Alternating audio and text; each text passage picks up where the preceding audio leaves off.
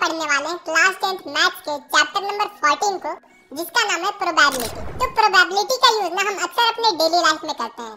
इसका सबसे best example होगा, अगर तुम लोग क्रिकेट देखते होगे तो उसमें जो टॉस होता है जिससे ये डिसाइड होता है कि कौन सा साइड बैटिंग करेगा, कौन सा साइड बॉलिंग करेगा।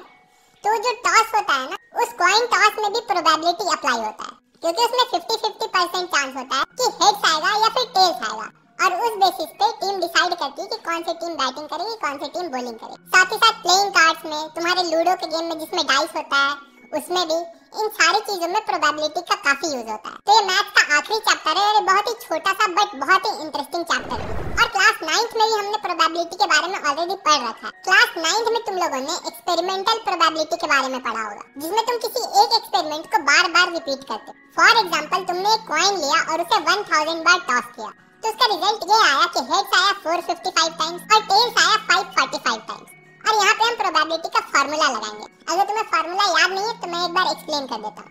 तो प्रोबेबिलिटी का फार्मूला कुछ इस तरह से, जिसमें हम प्रोबेबिलिटी को PE से डिनोट करते हैं, और जो E होता है वो इवेंट को रिप्रेजेंट करता है, और इसका फार्मूला होता है favourable outcomes divided by total number of outcomes.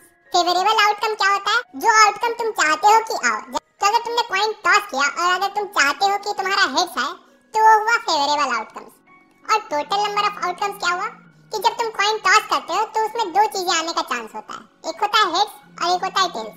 तो यहाँ पे टोटल नंबर ऑफ आउटकम्स हुआ 2। तो इसी फार्मूला को अगर हम इस केस में अप्लाई करते हैं, जहाँ पे हमने 1000 बार कॉइन्स को टॉस किया है, तो प्रोबेबिलिटी ऑफ हेड होगा 455 डिवाइडेड बाय 1000, और टेल्स आने का प्रोबेबिलिटी होगा 545 डिवाइडेड बाय 1000। तो अगर तुम ये नोटिस करोगे तो ये दोनों आउटकम 0.5 के काफी क्लोज है। और अगर तुम बार बार मतलब हजारों बार, लाखों बार या फिर इनफाइनाइट टाइम्स कॉइन्स को टॉस करते रहोगे ना, तो जो एट द एंड प्रोबेबिलिटी निकल के आएगा वो होगा 0.5। हेड्स का भी 0.5 होगा और टेल्स का भी 0.5 आएगा। 0.5 क्यों आएगा? क्योंकि हेड्स आने का चांस भी आधा होता है और टेल्स आने का चांस भी आधा होता है। तो देखो, ये तो था एक्सपेरिमेंटल प्रोबेबिलिटी। इस चैप्टर में हमें पढ़ना है थियोरेटिकल प्रोबेबिलिटी, या फिर जिसे हम क्लासिकल प्रोबेबिलिटी भी बोलते हैं। इसमें हम कुछ असम्पशंस लेते हैं, जैसे हर आउटकम के आने का चांस इक्वल है। पहले हम एक्सपेरिमेंट करके निकाल देते कि आखिर आने का चांस कितना है, और इसमें हम ऑलरेडी मान के चल रहे हैं कि कॉइन टॉस करने पे 0.5 और 0.5 ही चांस। और दूसरा असम्पशन हम ये लेते हैं कि जो एक्सपेरिमेंट हमने किया है, यानी कि जो हमने कॉइन टॉस किया है, वो अनबायस्ड इन द सेंस कि उसका प्रोबेबिलिटी 50-50 ही है। वो खोटा सिक्का नहीं, मतलब कि तुम टॉस करोगे तो या तो हेड्स आएगा या टेल्स आएगा। ऐसा नहीं होगा कि कोई एक साइड ज्यादा बार आ जाएगा। और थ्योरेटिकल प्रोबेबिलिटी का फार्मूला भी वही होता है, number of favourable outcomes divided by total number of possible outcomes. मतलब कि तुम्हारा फेवरेबल आउटकम क्या है, मतलब तुम क्या चाहते हो कि आए, डिवाइडेड बाय कौन-कौन से रिजल्ट्स आने के चांस है। कॉइन टॉस के केस में हेड्स या टेल आने का चांस होता है, तो यहाँ पे total number of possible outcomes 2 होता है। इसी चीज को अब हम दो छोटे-छोटे एग्जांपल से समझेंगे।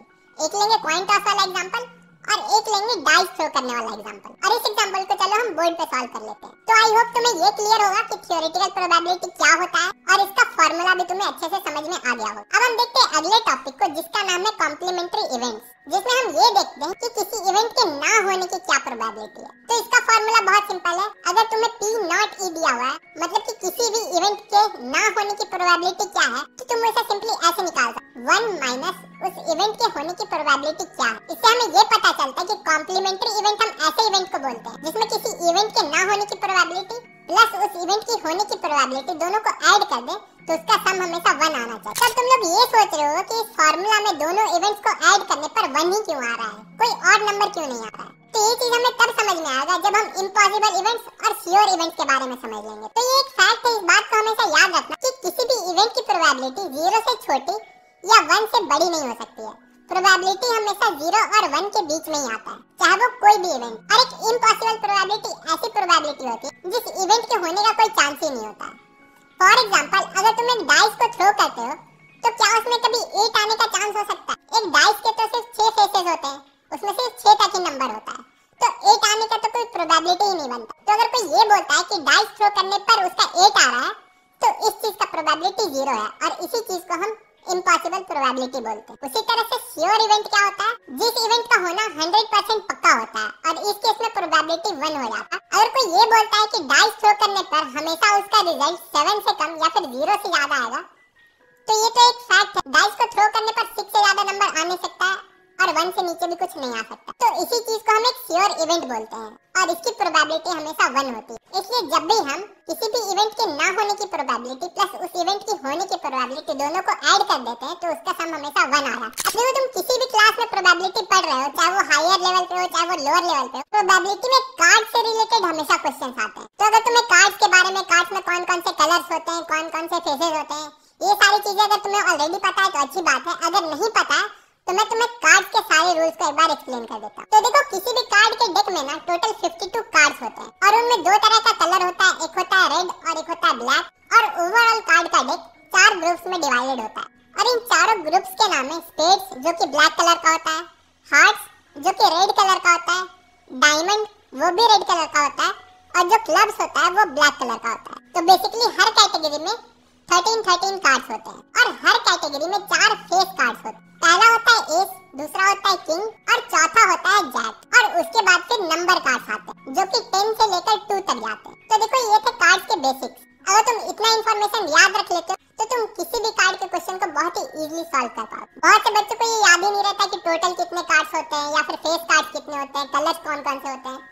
तो इसलिए मैंने एक बार एक्सप्लेन कर दिया। तो देखो कार्ड से रिलेटेड अगर कोई क्वेश्चन आ जाता है तो उसे कैसे सॉल्व करना है मैं उसका एक छोटा सा एग्जांपल दे देता हूँ, फिर उसका डिटेल्ड एग्जांपल हम बोर्ड पे सॉल्व करेंगे अच्छे से। जैसे अगर तुम्हें probability of drawing a red card बोला जाता है तो तुम वो कैसे निकालोगे। तो मैंने बताया था कि टोटल 52 कार्ड्स होते हैं और वो 2 कैटेगरीज में डिवाइडेड होते हैं, एक होता है ब्लैक, एक होता है रेड। तो ऑब्वियसली हाफ हाफ होंगे, मतलब कि हाफ 26 रेड होगा और हाफ 26 ब्लैक होगा। और यहाँ पे सिर्फ हमें कलर बोला गया, हमें कोई भी कैटेगरी नहीं बताया गया कि हमें हार्ट्स का प्रोबेबिलिटी निकालना है कि डायमंड्स का प्रोबेबिलिटी निकालना है, हमें ओवरऑल रेड का प्रोबेबिलिटी निकालना है। तो अगर हम सिंपली अपने प्रोबेबिलिटी का फार्मूला लगाए तो total number of possible outcomes कितने, यानी कि टोटल नंबर ऑफ कार्ड्स कितने, वो होगा 52 और total number of red cards कितने, तो वो है 26। तो बस इसे डिवाइड कर दो तो तुम्हारा रेड कार्ड का प्रोबेबिलिटी आ जाएगा 1/2 या फिर 0.5। इसी तरह से अगर तुम्हें फेस कार्ड्स का प्रोबेबिलिटी निकालने बोला जाए तो हर कैटेगरी में 3 फेस कार्ड्स होते हैं, किंग, क्वीन और जैक, और टोटल 4 कैटेगरीज है। तो मतलब total number of face cards कितने हुए,